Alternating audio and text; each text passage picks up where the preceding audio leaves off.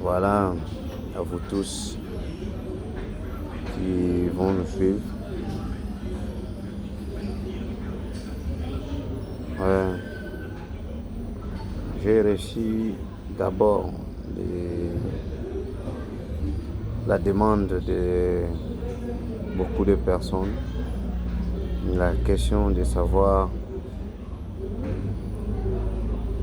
comment s'occuper des supports, des problèmes, des têtes, des craies qui sortent un peu poussiéreux lorsque toute la partie de la craie sort bien.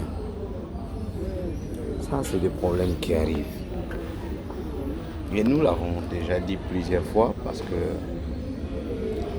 on l'avait dit avec le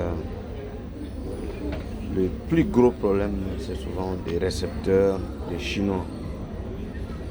Ce que les Chinois mettent comme récepteur, c'est pas vraiment adapté. Si vous voulez maximiser votre recette, il faut vraiment vous méfier de cela. Il faut mettre ça de côté.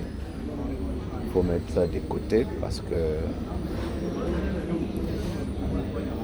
ça ne marche pas du tout. Ça ne marche pas. Il faut seulement se fier.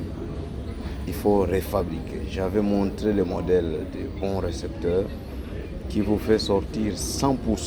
Donc il faut utiliser ça, il faut en profiter. C'est gratuit, les vidéos sont là, des liens sont partagés. Il faut en utiliser pour bien sécuriser. Ça, c'est la première des choses. La deuxième chose, il faut voir votre mélange. Je disais à notre ami Jeannot que oui, c'est pas tout ce qu'on nous envoie qui est bon. Nous pouvons utiliser la tête, on peut y réfléchir pour voir comment on peut bien faire ça. Ça, c'est une autre chose. Donc, quand nous disons de temps en temps que la fabrication des craies, ce n'est pas la théorie, et encore moins, ce n'est pas une science, c'est un art. Donc, il faut utiliser la tête, il faut raisonner. Et en même temps, il faut avoir l'habitude de vous faire accompagner. Notre accompagnement, ça ne coûte pas trop. C'est vraiment quelque chose que tout le monde peut adapter, peut s'adapter parce que la craie paye. Donc, c'est toujours bon, c'est toujours très intéressant.